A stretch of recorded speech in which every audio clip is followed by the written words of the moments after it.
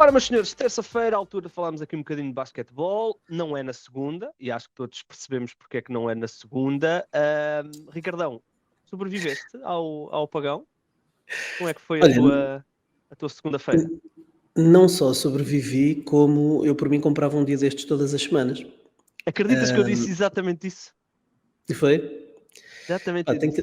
tenho-te a dizer que tive sorte, porque eu ia trabalhar para Lisboa, venho de comboio, e havia greve dos revisores da CP e então os comboios estavam suprimidos e, portanto, acabei por voltar para casa e ficar a trabalhar em casa. Ou achava que ia ficar a trabalhar em casa. E, na verdade, o que aconteceu foi que às 11h30 houve apagão e, por isso, não houve nem trabalho, não houve televisão, não houve ecrãs, não houve nada. Portanto, foi só uma questão de perceber se as crianças estavam bem e, a partir daí, dormir uma sesta, à noite fazer um piquenique lá fora, com as luzes, com o céu estrelado por cima de mim, as crianças a brincar na rua. Epá, tirando o facto de, ao fim de algum tempo, eu ter percebido que os supermercados já tinham aberto outra vez, eu ter decidido, epá, se calhar em vez de estar outra vez a ligar aqui o barbecue, já tinha feito grelhados no fim de semana, vou lá abaixo comprar qualquer coisa. Eu fui lá abaixo para comprar um franguinho assado para se fazer um piquenique lá fora, e a verdade é que tive muito medo. Aquilo que vi no supermercado assustou-me bastante, pá. Assustou-me Pois bastante. foi, pá. Bastou 5 horas sem luz que foi toda uma tragédia. Olha, portanto, Foste comprar papel higiênico ou eu não? não fui comprar nada. Eu Qual vou-te é, contar que qual é, qual é, qual é a pancada do papel higiênico? também nunca vou compreender. Nunca vou compreender. E É que garrafões de água até à eternidade, mas sempre que havia água, mas havia água. nem em todos os sítios. No Porto, por exemplo, não havia. No Porto não havia. Mas eu a água até compreendo. O papel higiênico tenho mais dificuldades. Portanto, eu estava em Ilha e porque eu nesta semana só trabalho às segundas para nós podermos gravar, e então eu fui segunda de manhã para a Gaia, para a redação do 00. Eu entro às 11, cheguei às 11, sentei-me, tomei café, comecei a preparar o nosso podcast que nós gravamos por volta da 1, estava a preparar e o computador vai abaixo. E o meu primeiro instinto foi, olha, perdi todos os meus apontamentos. Foi o meu primeiro instinto. Fui retirar novamente apontamentos, sei quê. Obviamente percebemos que a coisa era mais grave do que uma simples corte de energia e ficámos naquela, não é? Gravamos, não gravamos, quando é que gravamos, o que é que vamos fazer, papapá, porque depois tinha outro podcast a seguir ao nosso, então toda uma coisa, então até que houve uma altura que começaram a surgir as informações que ia demorar entre 6 a 10 horas, e disse, olha, não estou aqui a fazer nada, vou voltar para Aveiro, vou voltar para a Ilha, que eu estou de folga, portanto vou voltar para a Ilha, depois logo vejo. Vim para a Ilha, uma confusão na autoestrada, carros, filas imensas para pôr combustível, e eu, ok, pronto, fui para casa, ainda pensei, olha, vou passar ali na pastelaria, comprar um pãozinho para ter, não sei o quê, já tinham fechado a pastelaria, já ninguém conseguia entrar em lado nenhum, e disse, olha, nem é tarde nem é cedo, vou até casa, vou ler um bocadinho, comecei a ler, adormeci, acordei, eram 6 e pico, veio a luz. Foi literalmente isto assim que eu passei o meu apagão. Foi a viajar de Gaia para Aveiro, Aveiro para Gaia e a dormir. Que maravilha. E a dormir. Maravilha. E Por depois... Nos playoffs, por o sono em dia, não é? Dá jeito. Exatamente. Olha, dormi ali 3 horinhas à tarde, que foram impec. Também, 2 horinhas, uma sesta, 2 horas, foi maravilhoso. Foi maravilhoso. E pensei, olha, espetáculo, vou conseguir estar acordado para ver os jogos da noite. O único resquício de apagão que eu tenho na minha vida é o meu League Pass, não está a funcionar. Então não consegui ver nenhum jogo. Não vamos falar dos jogos de hoje. De ontem, aliás. O League Pass está a falhar bastante, como de resto é a panagem na NBA. Mas a NBA também é uma empresa recente e portanto, também não tem muito dinheiro para tratar dessas coisas, não é? E o League Pass também agora juntou-se, agora é feito, né, powered by uma empresa também pequenina, que está agora a começar no mundo da tecnologia, a Google. Portanto, é normal que não consigam resolver problemas. Mas pronto. Olha, Ricardão, temos que começar pela notícia triste, não é, dos últimos dias. Um jogador que nós gostamos bastante e que se calhar só o vamos ver daqui a 1 ano e meio e vamos ver em que condições. Damian Lillard, a ruptura do tendão daquilo esquerdo. Naturalmente, quando vimos a lesão, e eu por acaso não vi o jogo, mas acordei à meia da noite e recebi as notificações, e então fui ver, e no momento em que eu vejo a forma como ele está no chão, mandei-te logo mensagem até de madrugada a dizer Aquiles Lillard, e depois confirmou-se, não é? E nós fizemos um episódio onde falámos sobre o futuro dos Bucks e o que é que eles poderiam fazer. Não é que isto mude grande coisa, é a última, digamos, a última bala que eles tinham na pistola, que era poderem trocar o Damian Lillard para tentar aqui fazer um retooling à volta do Giannis. É verdade que eles ainda não perderam a série, provavelmente vão perdê-la agora no jogo 5, hoje. Não muda nada, tira-lhes de uma opção e se calhar vamos mesmo caminhar aqui para um final de carreira triste do Lillard e vamos ver aonde é que o Giannis se vai encaixar nisto tudo, não é? Pois, essa é a questão que depois acaba por surgir aqui. Em primeiro lugar, é uma pena, de facto, o Lillard. É uma pena porque é um jogador, um dos 75 melhores jogadores da história da NBA. É um base que já nos deu muitas memórias, muitas boas memórias em playoffs. Tem 2 lançamentos para fechar séries em playoffs, que é coisa que mais ninguém pode dizer que tem. Só o Jordan, não é? Só ele e o Jordan. Sim, é um jogador que é muito leal ao jogo, tem sido leal às equipas por onde tem passado, ao jogo, aos adversários. Portanto, é alguém que faz as coisas certas e que diz as coisas certas e que de facto, inclusivamente, falou abertamente da sua dificuldade de adaptação a Milwaukee. Portanto, é alguém muito honesto com toda a gente e de facto é uma pena, qualquer lesão é uma pena, e se ficarmos privados de um dos melhores jogadores da NBA, ainda mais é. Agora, como dizias, e nós fechámos o último episódio, se bem te lembras, eu a tentar enviar o Damian Lillard para Orlando e a dizer que me ia tirar à Trade Machine. Fui à Trade Machine, até fiz umas brincadeiras. Agora, é verdade. Não tem nenhum tipo de impacto, porque agora a Trade Machine será usada sobretudo este verão para tentar enviar Giannis para o outro lado, porque eles acabaram de fazer a extensão de contrato com o John Horst, o General Manager, perdem o Damian Lillard, eles não têm muitas opções em termos de mercado, há vários jogadores que vão ser free agents e, portanto, a única possibilidade para os Bucks, percebendo que com este plantel e não conseguindo fazer nada à volta de Giannis que eleve este plantel para o nível de contender, então de facto está na altura de Bucks e Giannis seguirem por caminhos diferentes. Parece-me que esta é a altura certa, que podem ser homenzinhos todos, sentarem-se numa sala, falar com o Giannis deu-lhes um título, de falar com o Giannis e dizer onde é que eventualmente ele gostaria de seguir carreira e tentar encontrar uma solução de compromisso que deixe toda a gente satisfeita. O Giannis que possa continuar a lutar por títulos e os Bucks que possam ficar em boa posição de seguir em frente e iniciar aqui uma reconstrução, porque trocar Lillard provavelmente será difícil. Ricardo, essa é a questão. Nós vamos ter muito tempo a falar de onde é que o Giannis quer jogar e onde é que ele encaixaria. Eu queria me focar aqui nos Bucks. Os Bucks não têm as suas escolhas até 2031. Os Bucks, quando trocarem Giannis, se trocarem Giannis, portanto, há 2 pacotes que eles podem querer o imenso pacote das picks, podem querer 1 ou 2 jovens que lhes permitam, mas independentemente do que eles façam, picks ou 1 ou 2 jovens, Ricardo, esta equipa prepara-se para atravessar uma idade do gelo, porque a não ser que eles acertem a 200% os jogadores que vêm no retorno, as picks provavelmente não vão ser espetaculares, porque a equipa vai ter o Giannis e vai depender tudo os anos onde estão as picks, não é? Se esses anos já forem pós-Giannis, se calhar podem ser boas, se forem com o Giannis, se calhar não vão ser, mas mesmo que sejam boas pós-Giannis, estamos a falar de 5 anos onde os Bucks podem muito bem atravessar aqui uma travessia semelhante à dos Nets no início da década passada, porque não há grande cenário onde tu consigas aqui encaixar qualquer coisa, não é?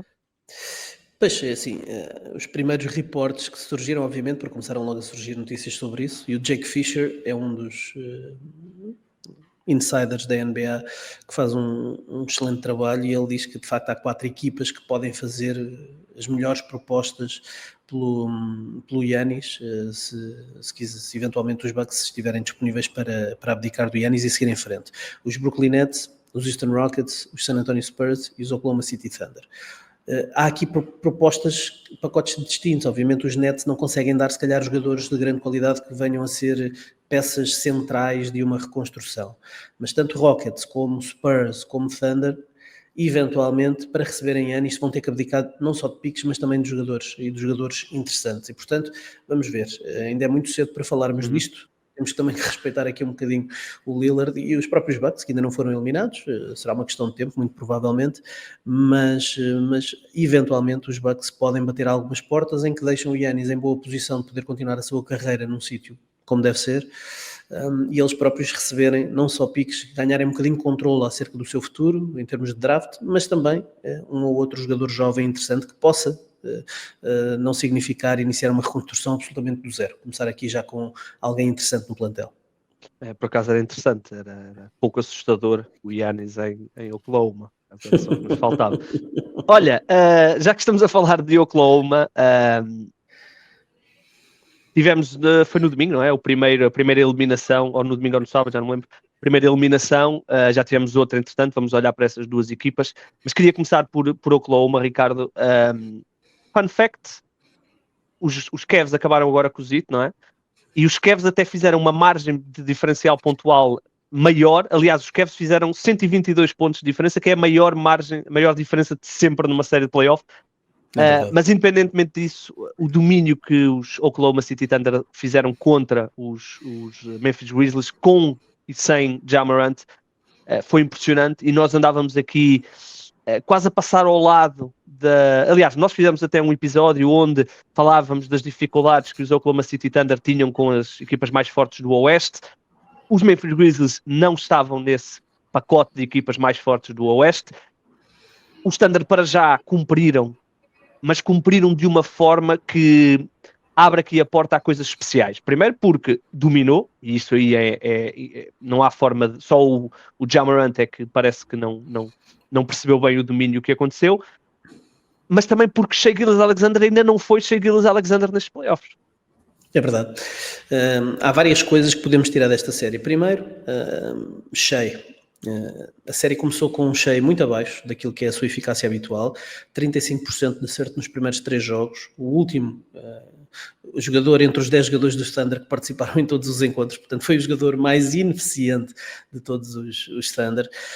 Obviamente no jogo 4 apareceu, 38 pontos, explodiu quando foi necessário, mas há aqui uma ligeira mudança no seu perfil de lançamento em relação à fase regular. Ele vinha testando triplos, menos triplos, uma maior seleção das zonas onde se sente confortável na meia distância, as penetrações para o cesto, onde ele realmente está como um peixe na água.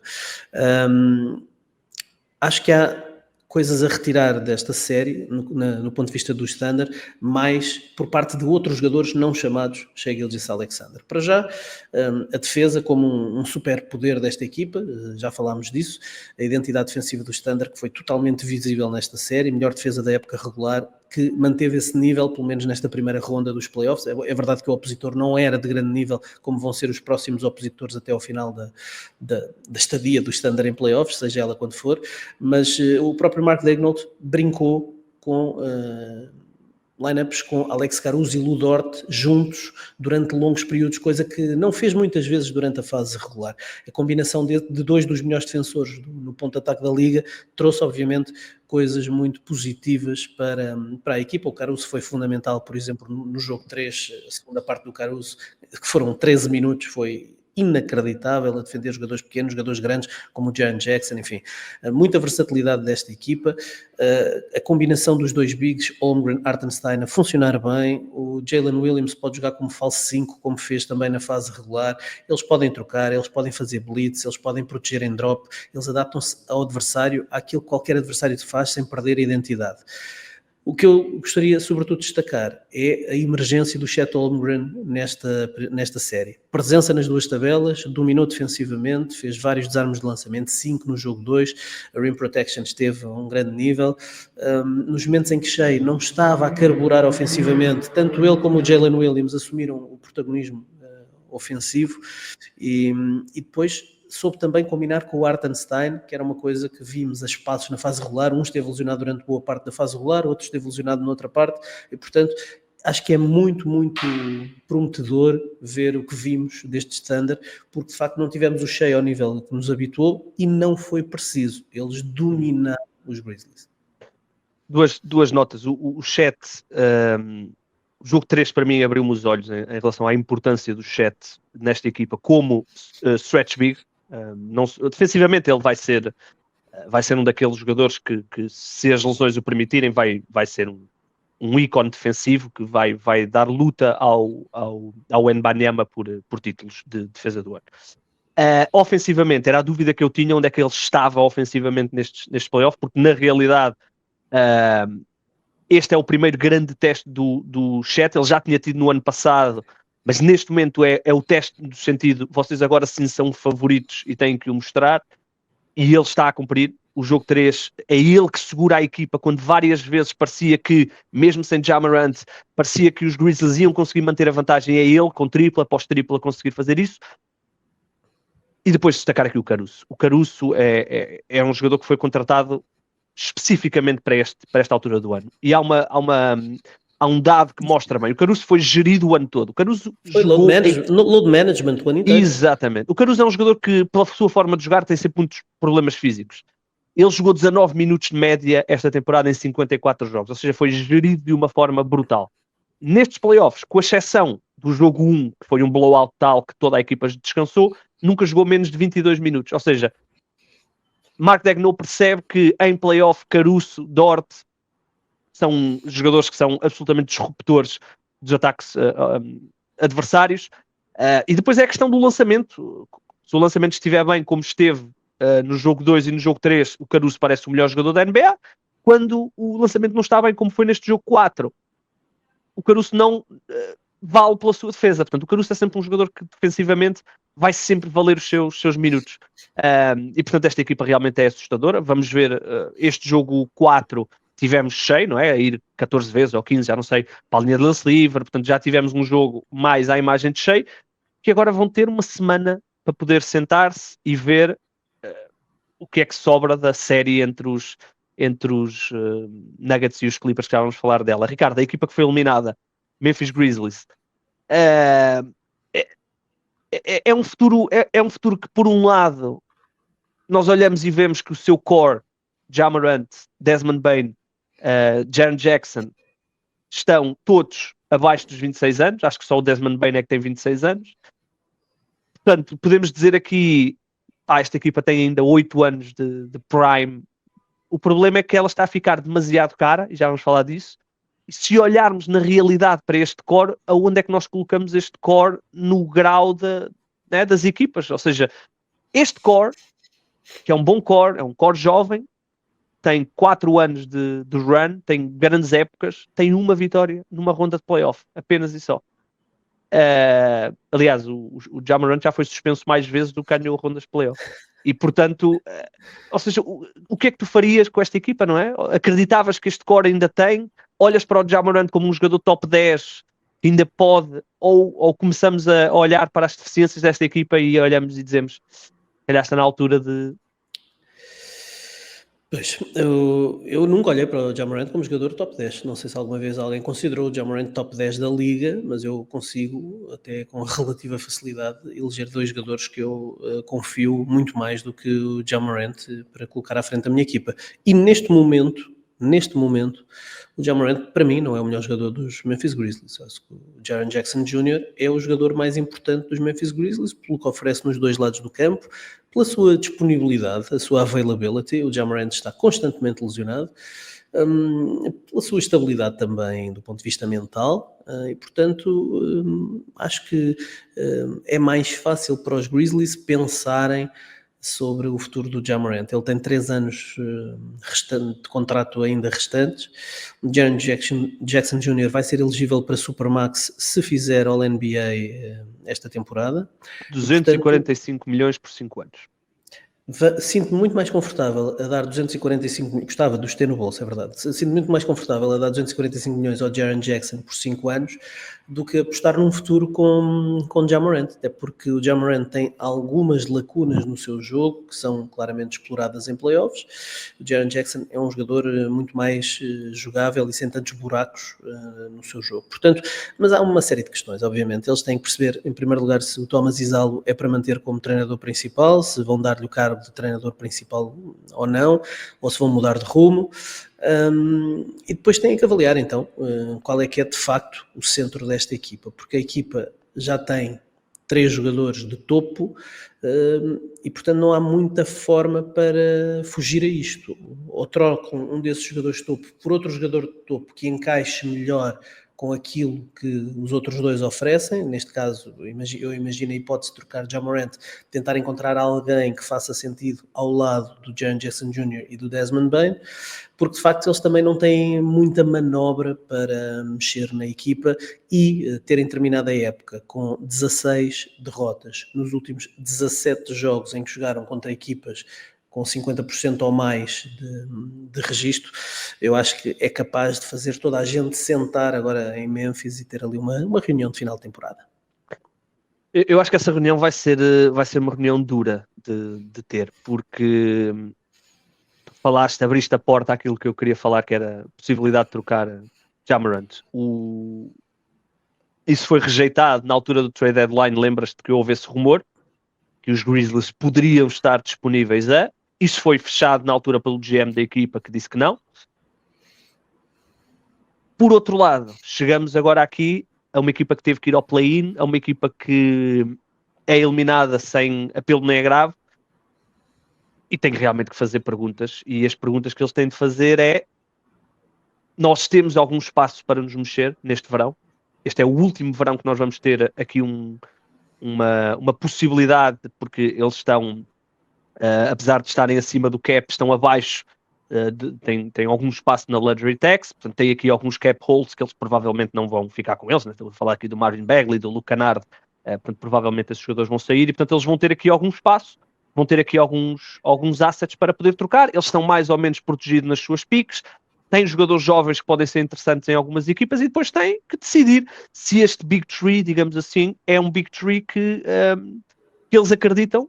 E se não acreditarem, não podem comprometer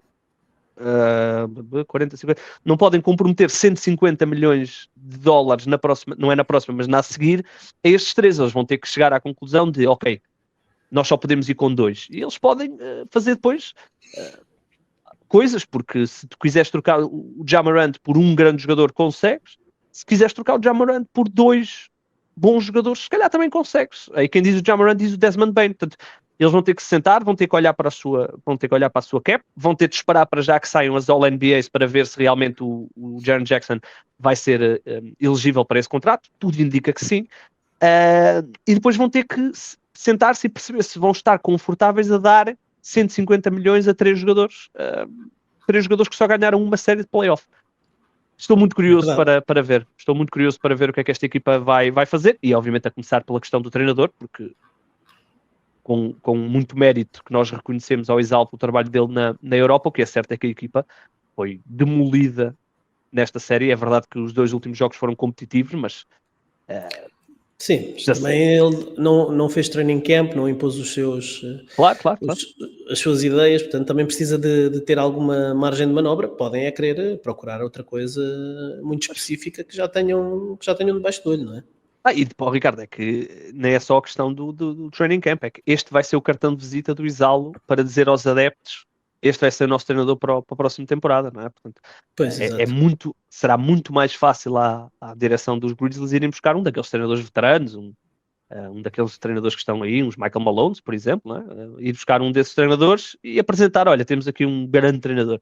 É mais seguro, digamos assim. Mas vamos ver, estamos todos curiosos. Outra série que também já acabou e que foi dominada por uma das equipas que certamente vamos falar muitos deles a seguir, porque provavelmente vamos ter uma das séries mais interessantes da segunda ronda, Cavaliers Indiana. Os Cavs eliminaram os Heat, como nós dissemos, 122 pontos de diferença. Este último jogo então foi como eu disse no início, não tive a oportunidade de ver, mas pelo box score deve ter sido um verdadeiro massacre. Estava resolvido no final do primeiro período. O Ricardo, olhando para os Cavs, o jogo 3 saltou-me à vista, a forma como eles ganharam em Miami e ganharam do género: vamos-lhes arrancar o coração, esmagá-lo aqui no chão, não há qualquer tipo de hipótese de vocês ganharem um jogo em casa, nós somos muito melhor que vocês. Nós estamos a dar ao luxo de poder gerir o Darius Garland para a próxima série, e a forma como eles jogam, o two-man game entre o Jared Allen e o Evan Mobley lá em baixo, aqueles touch peças que eles fazem, a forma como a bola roda a uma velocidade estonteante, Eu não digo que os Cavs sejam os maiores favoritos neste momento, porque acho que os Celtics vão ter sempre uma palavra a dizer, mas a forma como os Cavs jogam, Ricardo, é encantadora nestes playoffs. Mas eu quero meter um travão, porque eu gosto muito da equipa dos Indiana Pacers. Eu acho que os Pacers têm, se calhar, as coisas certas para atacar algumas das debilidades dos Cleveland Cavaliers, e quero reforçar que os Cleveland Cavaliers ganharam aos Miami Heat sem o Jimmy Butler. Os Miami Heat sem o Jimmy Butler são fruta do chão.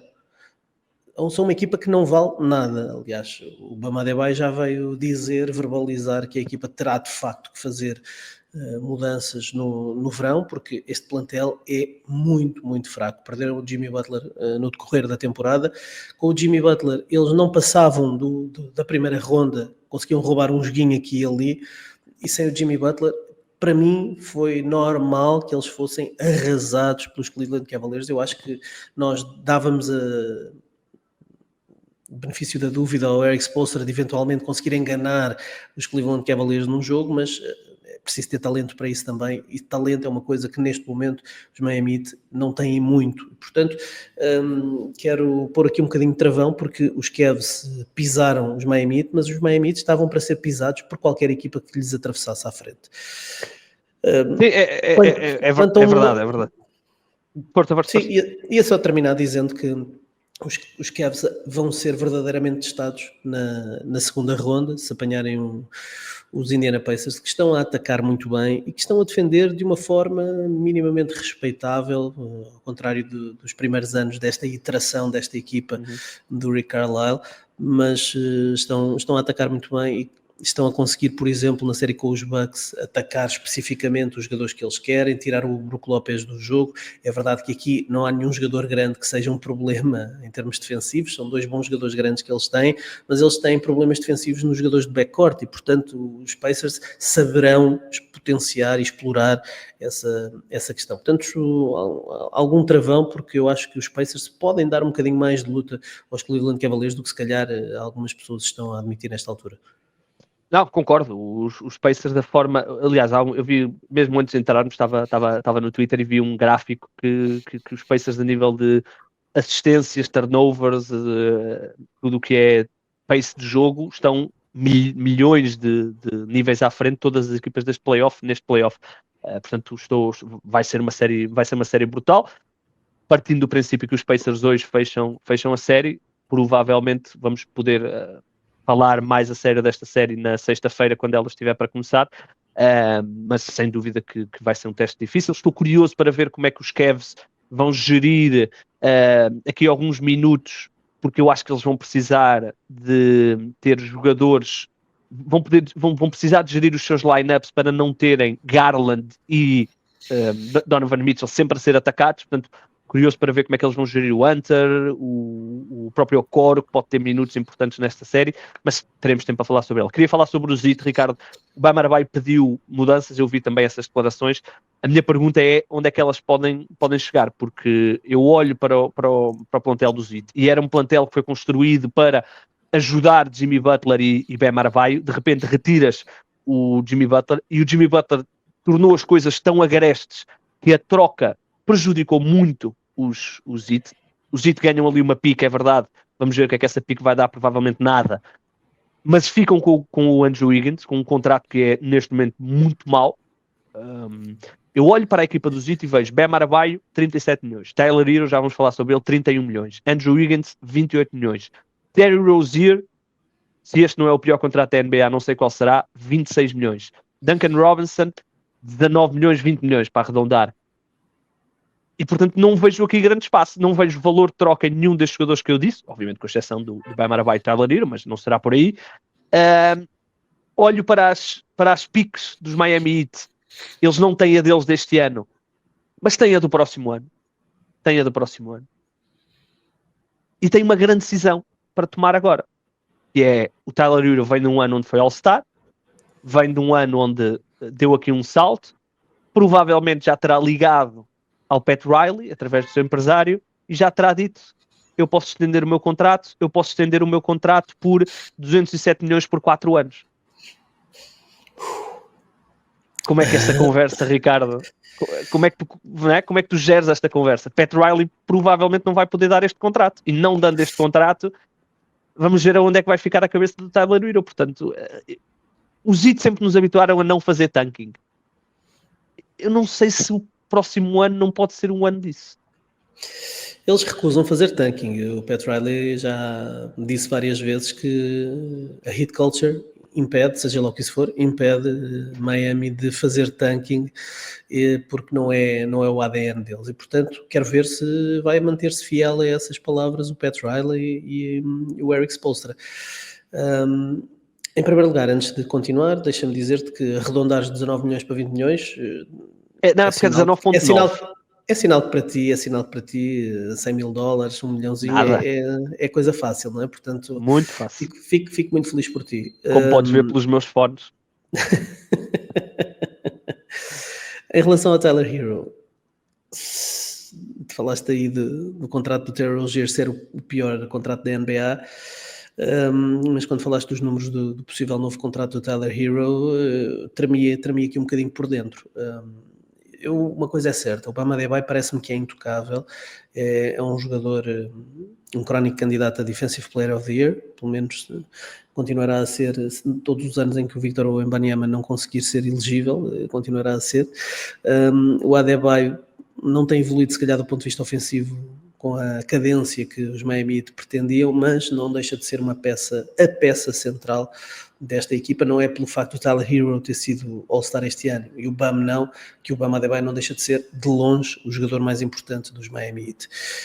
Antes de olhar para Tyler Hero, se calhar eles vão ter que tentar virar o contrato do Andrew Wiggins, o contrato do Terry Rozier por alguma coisa. E eu sei que são maus contratos, eu sei que se calhar o retorno não vai ser tão bom como eles pretendiam, mas eu também sei uma coisa, é que no banco dos Miami Heat está o melhor treinador da NBA e aquele treinador consegue tirar o sumo todo dos jogadores.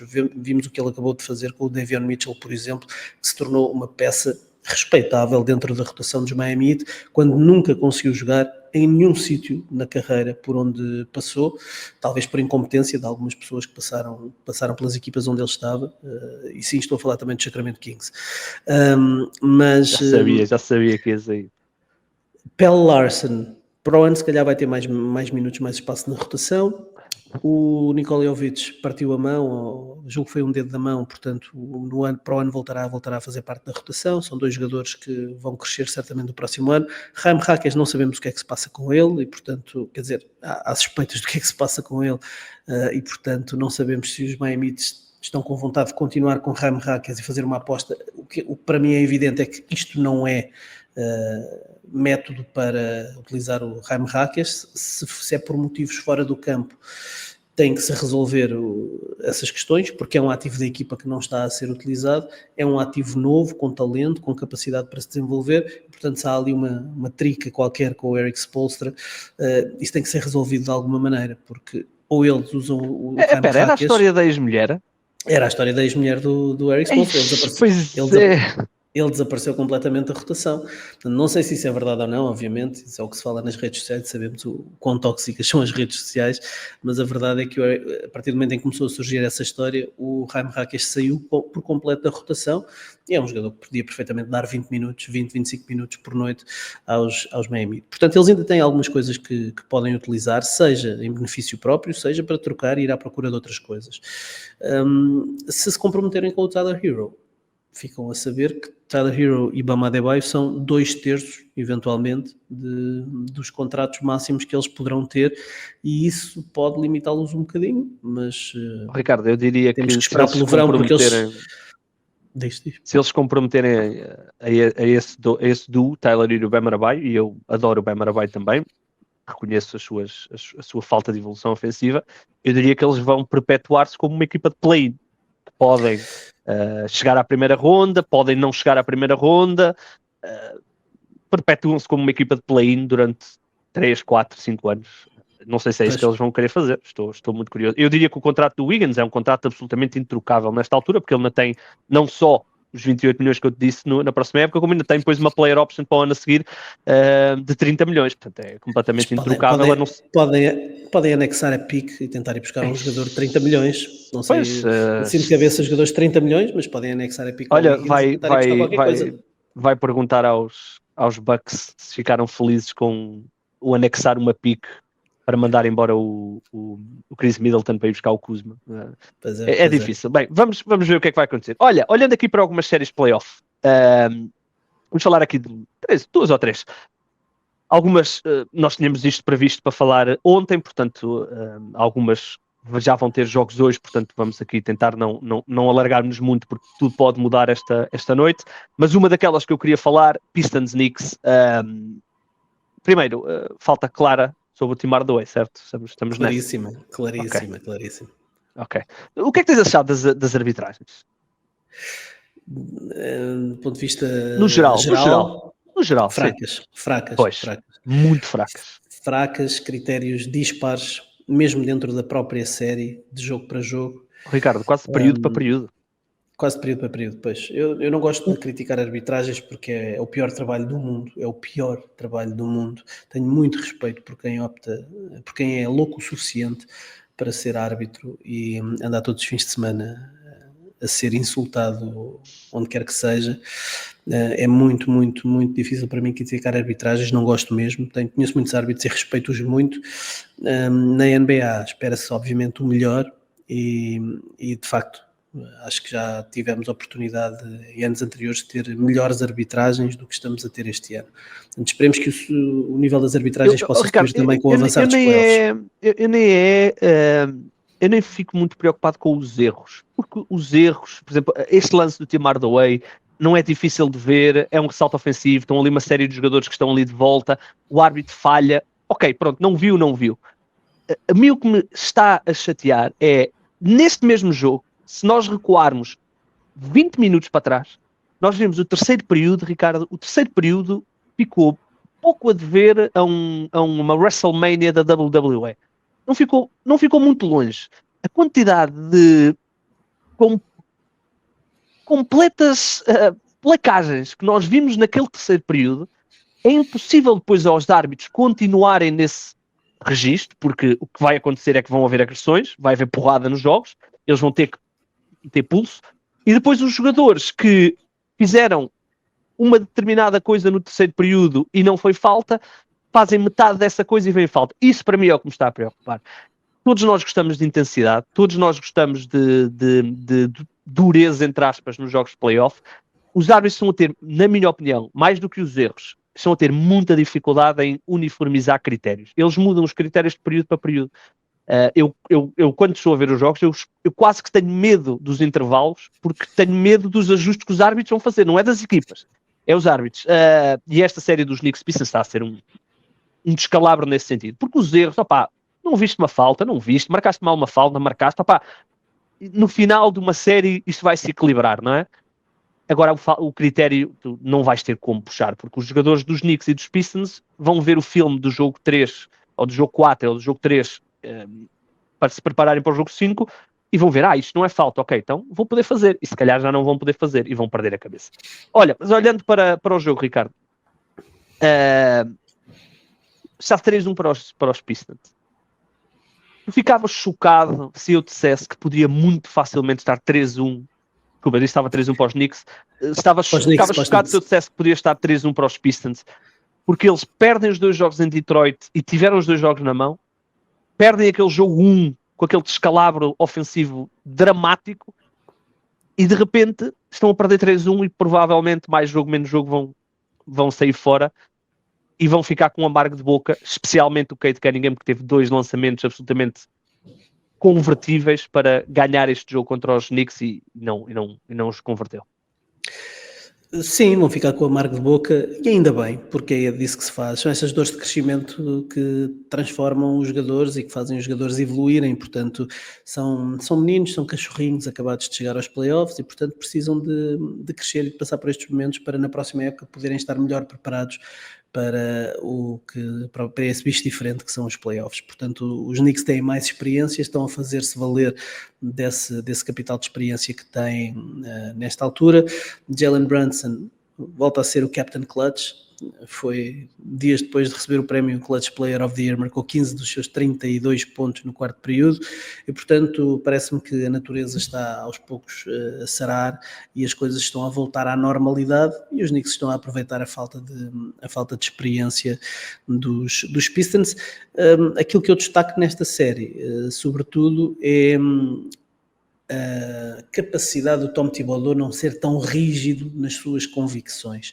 Tradicionalmente as equipas do Tom Thibodeau privilegiam o controle do ritmo, têm um pace bastante baixo, jogam devagar, sobretudo em playoffs, tem uma defesa em drop e a contenção ali da área pintada. Não é um treinador muito conhecido para promover um estilo rápido de transição, com muito spacing, com 5 jogadores abertos, e portanto fico satisfeito por ver o Karl-Anthony Towns ser envolvido em bloqueios diretos como bloqueador, mesmo quando o seu defensor direto é um extremo, em vez de recuar para situações de isolamento.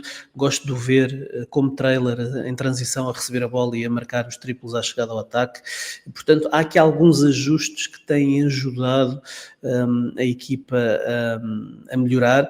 Obviamente os Pistons também não têm muitas armas. O JB Bickerstaff tem usado o Tobias Harris como o defensor primário do Karl-Anthony Towns e quando ele não consegue manter-se nesse matchup e tem que ir lá o Jalen Duren, do Karl-Anthony Towns fica todo feliz porque acaba por tirar vantagem desse 1 contra 1 e portanto acho que o Tom Thibodeau está a ser capaz de ajustar de forma a simplificar as leituras para o Karl-Anthony Towns, tirando da tentação de jogar 1 contra 1 a partir do drible, aproveita o facto e dá a bola ao Brunson, aproveita o facto do Brunson ser um dos melhores ball handlers da liga, sobretudo no clutch, e portanto acho que está a conseguir explorar e a bola está a partilhar um bocadinho mais e a ter aqui várias ameaças. Eu acho que o OG Anunoby podia ter mais bola, o Michael Bridges se calhar podia ter um bocadinho mais bola, apesar de serem jogadores claramente que vivem das ações secundárias. Os lançamentos.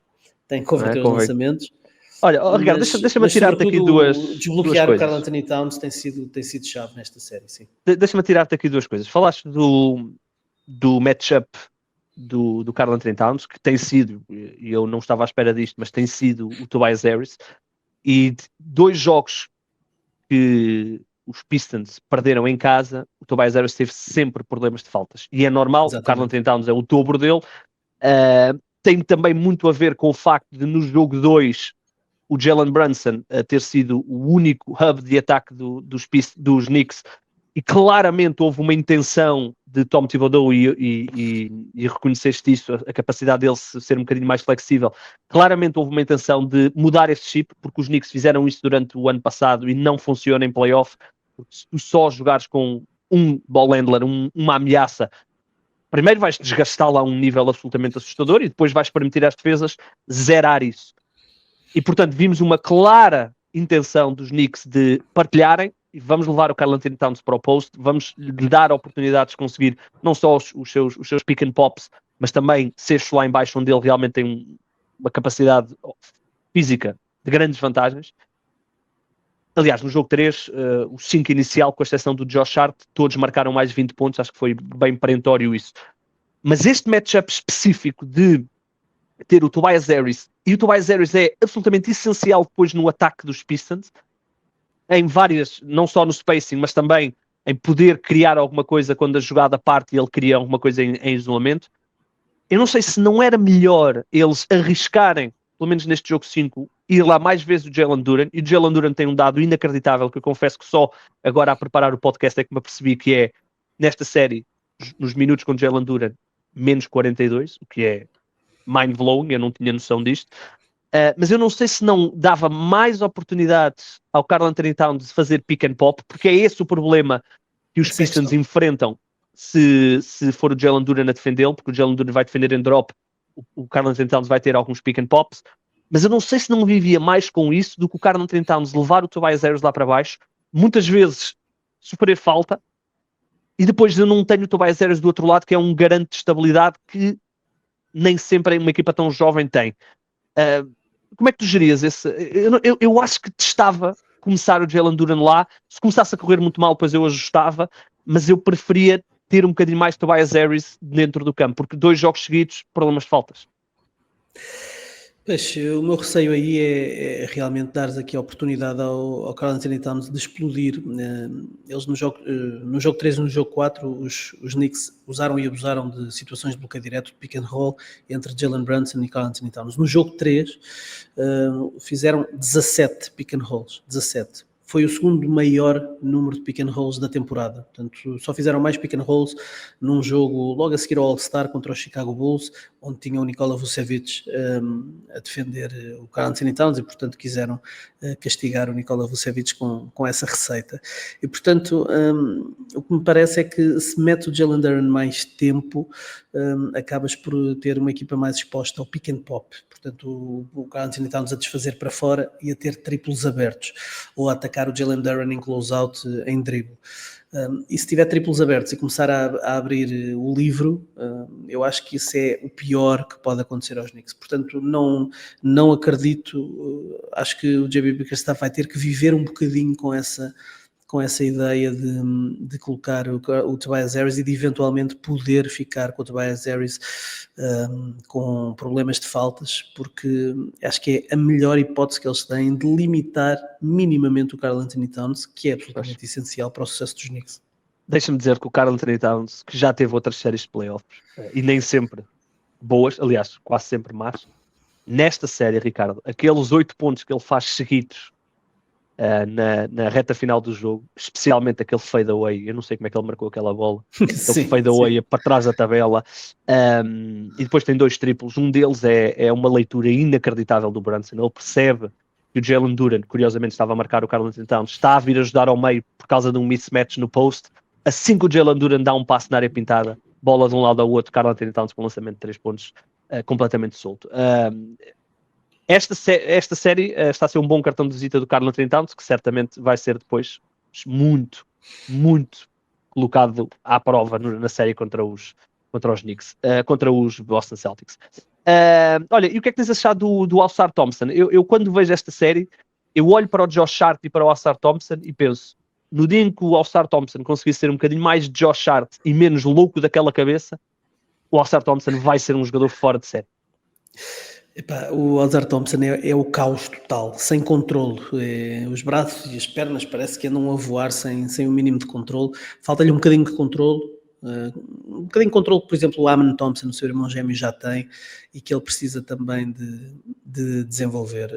Mas é um jogador que é muito, muito novo. Nota-se ainda que está muito verde e, portanto, ainda está ansioso, a saber lidar com as pequenas frustrações, e as frustrações são ainda maiores quando chegamos aos playoffs.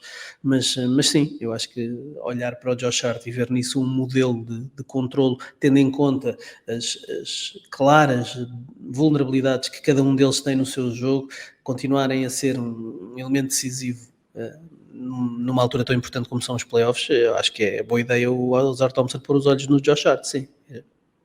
É bom conselho, é bom conselho.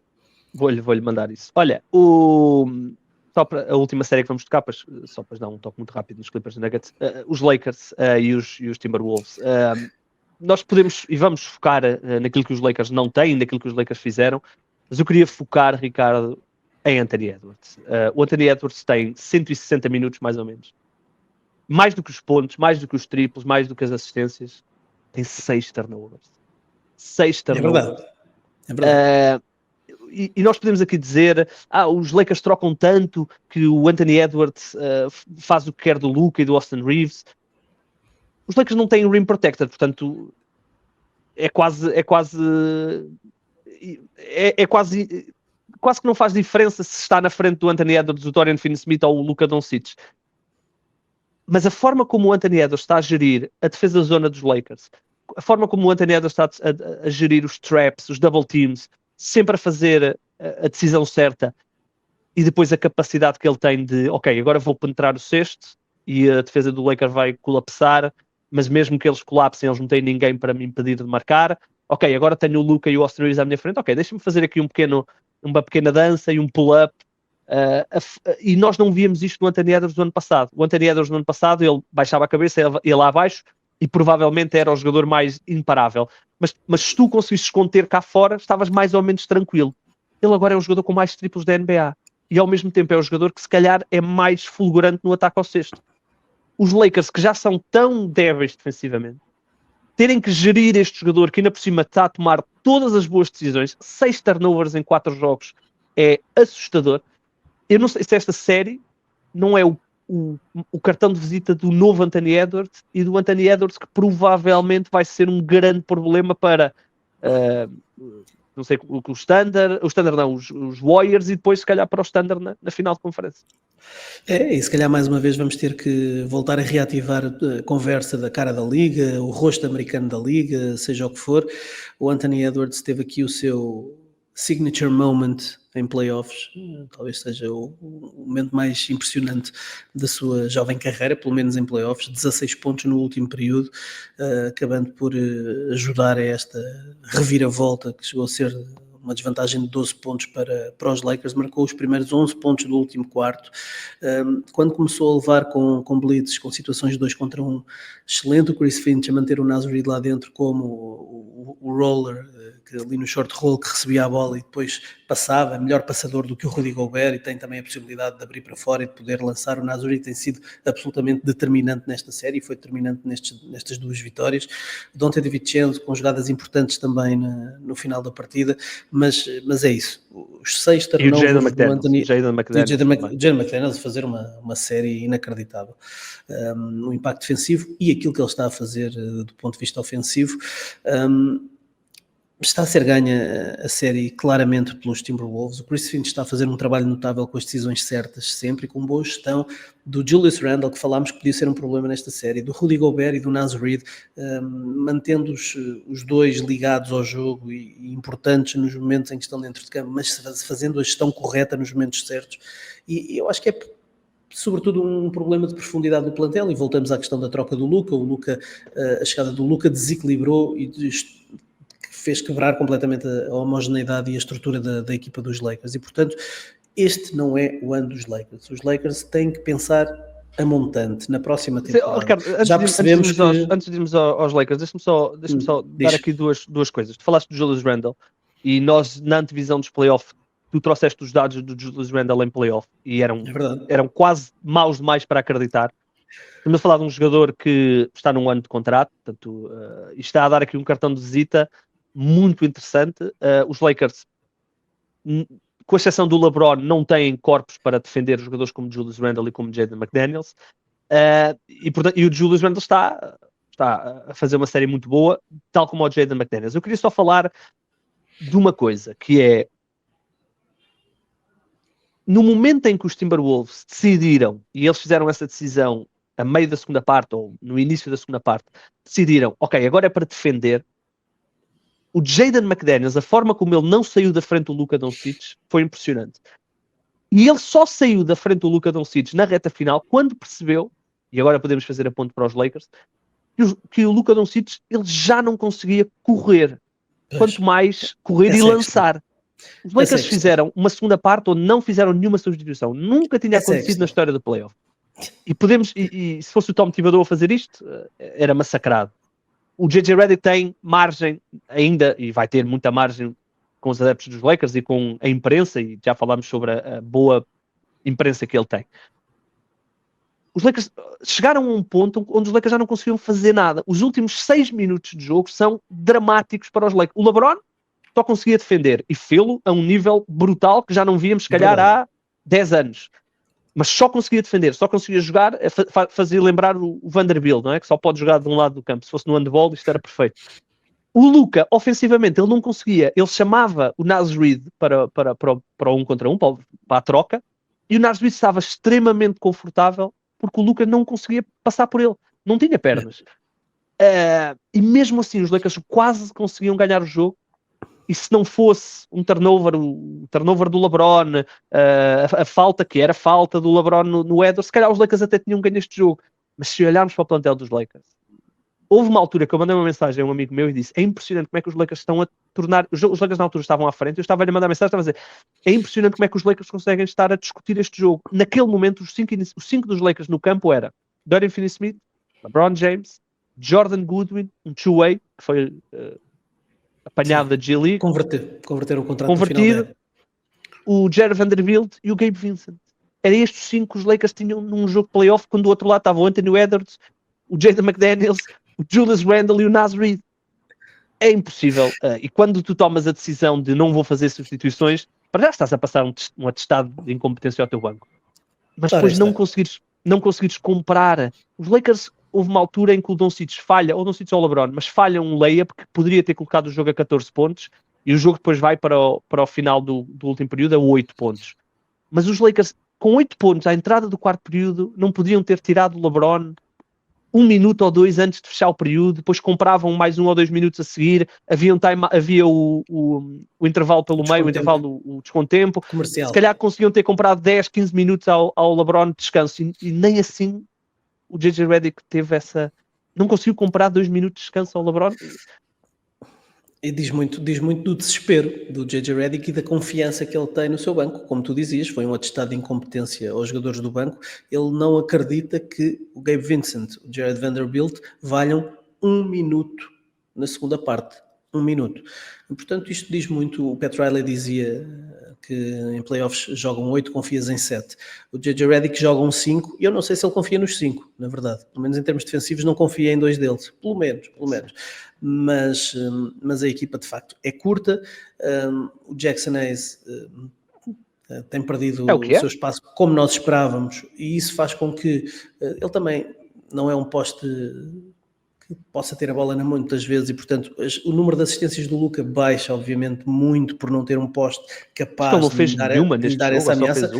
Teve um jogo em que fez um jogo em que fez apenas uma, e se o Luka não é uma ameaça como passador, então é só uma ameaça como marcador de pontos, e como marcador de pontos estás a dar sinais ao adversário da forma como, das suas tendências, como é que o podem defender, o que é que podem fazer para o frustrar. Para além do peso que ele tem nas pernas de jogar a segunda parte toda, o LeBron James de 40 anos. E o Luka que tinha estado doente no dia anterior. Doente, que veio de uma lesão no final da temporada. Portanto, é uma gestão absolutamente desesperada do J.J. Redick, e que prova que os Lakers não são capazes de, hoje, nestes playoffs, serem uma equipa competitiva. Portanto, os adeptos dos Lakers que se vão preparando, porque isto vai durar mais um jogo, 2 jogos eventualmente, seria um milagre se conseguissem virar esta série, apesar do Dorian Finney-Smith dizer que se houve alguém que virou 3 para 4-3 foi o LeBron James, mas não me parece que haja muita esperança em Los Angeles. Foi há 10 anos que ele fez isso. Exatamente. Nós depois vamos ter tempo a falar sobre o futuro dos Lakers. Naturalmente podemos aqui falar da questão do Luka não ter um poste para jogar com ele.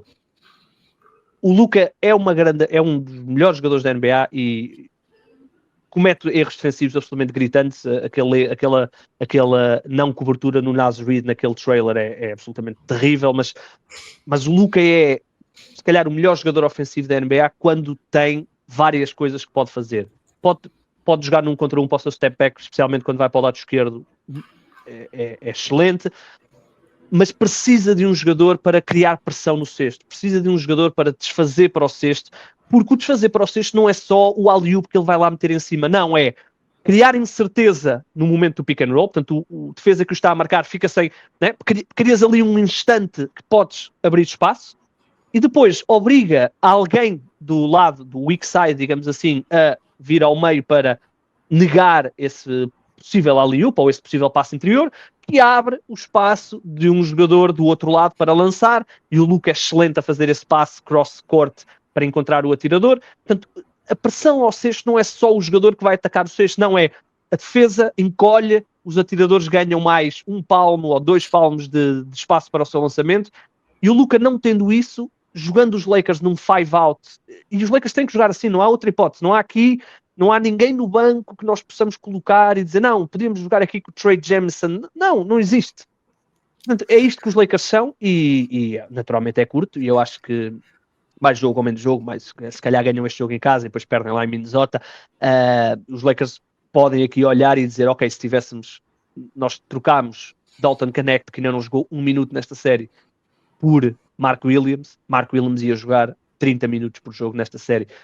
Os Lakers podem olhar para isso e dizer, ok, vamos ter que ir ao verão e vamos ter que refazer esta troca, não pelo Mark Williams, mas por outro jogador, e se calhar aí vão poder olhar diferente para a temporada. Vamos ver o que é que os Lakers vão fazer, ou então, como eu te disse, entramos em pânico e vamos buscar outra vez o Russell Westbrook ou algo equivalente e o Carmelo Anthony e o Rondo outra vez. Olha, só para tocarmos, Ricardo, a série que está-nos a encantar, mas não queremos falar muito dela porque vão jogar hoje Denver Nuggets e Clippers. Aquele lançamento do Aaron Gordon vai ficar para sempre nas nossas memórias, aquele câmara Hawkeye que nos... Incrível. Inacreditável, não é? Não dá para perceber se a bola está nos dedos ou não, mesmo com a câmara vista de cima, não dá para perceber se a bola ainda está a tocar nos dedos ou não. É incrível, é o lançamento mais em cima da buzina da história da NBA. E bem podem agradecer ao Ivica Zubac, não é? O quê? O Zubac, quando o Christian Brown arranjou confusão com o James Harden, com aquela defesa agressiva. Sim. Que o James Harden não gostou e depois começou a crescer para o Christian Brown, o Aaron Gordon foi lá e por pouco não deu um murro no James Harden. E não deu. E foi o Zubac que o Zubac é que o agarrou. Portanto, o Zubac está a ser o melhor jogador dos Nuggets nesta eliminatória. Sim, ajudou bastante.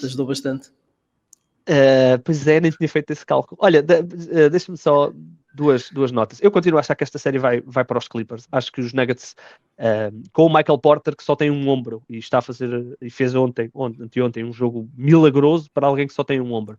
É verdade. Com uma rotação tão curta, aquilo que eles fizeram foi inacreditável, mas eu acho que os Clippers ainda têm muitas vantagens nos matchups. Acho, por exemplo, que James Harden só ter 20% de usage neste jogo, eu acho que ele tem que ter mais, porque por muito que o Christian Brown esteja a defender agressivo, eu acho que os Clippers não têm arma para o pick and roll Zubac e James Harden. Tem que envolver o Jokic na defesa do pick and roll mais vezes, porque ele fica mais cansado para o ataque também. Exatamente. Portanto, eu acho que os Clippers têm mais vantagens, porém, 2 jogos em Denver, provavelmente, se a série for a 7, Denver tem vantagem de casa. E outra coisa que eu queria ouvir a tua opinião nesta série. O Jokic e o Jamal Murray têm uma arma que é imparável em playoff e tem sido ao longo dos últimos 3-4 anos, que é o seu pick and roll. Eles estão a fazer 20 pick and rolls por jogo, das duas formas, seja invertido, seja o Jokic com a bola e o Murray a fazer o screen, ou vice-versa, e tem uma média de pontos por cada pick and roll de 1.4. A minha pergunta é, porquê é que eles só estão a fazer 20? Porquê é que não fazem 100? Não é 100, mas 25, 30? Como faziam... Não fazem também porque depois a defesa começa a perceber as tendências. É como o Jokic, à medida que os Clippers continuam... Ricardo, mas eles estão há 3 anos a fazer isto e ainda não há como negar esta tendência. 1.4 pontos possível. Isto é elite. Sim, isso é do melhor que pode haver, não é? Tudo o que seja a partir acima de 1 ponto por posse de bola é considerado bom. Portanto, tudo o que seja 1.4 é quase 1,5. Acima de 1.2 é excelente, portanto 1.4 é extraordinário. Sim, podem tentar insistir um pouco mais, embora a defesa dos Clippers eles tenham têm sido muito agressivos com o Nikola Jokic. Tivemos várias posses de bola em que vimos Kawhi Leonard a defender Nikola Jokic, que é algo que se saúda. Uma defesa-zona que os Nuggets estão a tentar ainda resolver, estão a tentar resolver e, portanto, mas à medida que a série vai avançando, se a zona continuar a aparecer, mais facilmente os Nuggets vão conseguir perceber de que forma é que podem furar essa zona, outras soluções que podem ter para partir aquela zona. Mas, por exemplo, uma das primeiras formas de partir uma zona é em transição, não deixar que a zona se monte. O problema é que os Nuggets, à semelhança dos Lakers, à semelhança dos Knicks, aposta muito no 5 inicial. Neste jogo, os 5 jogadores dos Denver Nuggets jogaram mais de 42 minutos, se não estou enganado. E isso é muito. Se o jogo fosse para prolongamento, se o Aaron Gordon não tem marcado aquele afundanço, os Nuggets, eu não sei se aguentavam jogar mais 5 minutos, porque o cansaço extremo era evidente de todos os titulares. E, portanto, os Clippers... Vamos ver, há muitas armas aqui, mas os Nuggets estão a tentar ao máximo explorar as debilidades ofensivas do Chris Dunn para ver se tiram o Chris Dunn do jogo, para libertar também o Jamal Murray depois em termos ofensivos, porque o Dunn é quem defende o Jamal Murray. E é neste jogo destas pequenas nuances de partida para partida que se vai fazer esta série. Eu apostei nos Nuggets em 7 no início, mas eu acho que quanto mais longa esta série for, mais hipóteses há os Clippers de conseguirem seguir em frente. Quem se está a rir disto é os Oklahoma City Thunder, não é? Exatamente. Mas os Clippers, para fechar, têm... Tu disseste bem, estão a gerir o Chris Dunn. O Chris Dunn teve, se não estou em erro, foi o jogo 2, onde ele esteve muito bem no seu lançamento e nos outros não. Mas a questão é que os Clippers podem fazer isso. Os Clippers podem tirar o Chris Dunn, podem meter o Derek Jones e dizer, vamos ver se o teu lançamento hoje está bom. Ok, não dá?